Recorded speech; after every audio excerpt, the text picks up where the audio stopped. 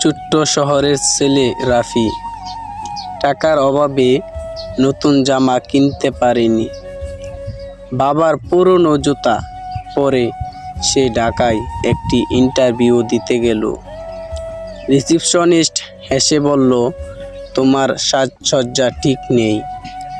রাফি শুধু এতটুকু বলল, আমার বাবা একজন রিকশাওয়ালা, তার ঘামের দামই আজ আমি এখানে। ম্যানেজার চোখ মুছলেন আর বললেন, রাফি চাকরিটা পেয়েছিল তার বাবা মার ঘামের দামের জন্যই। আমরা এতটুকু বিশ্বাস করি, মা বাবার সততার নিষ্ঠার সাথে কাজ করে তাদের ক্ষেত্রে সে যতই গরিব হোক তার কর্মের দামে সে চাকরিটা পেতে পারে। এবং আমার চ্যানেলটিকে সাবস্ক্রাইব করে ফলো দিয়ে রাখুন। ধন্যবাদ।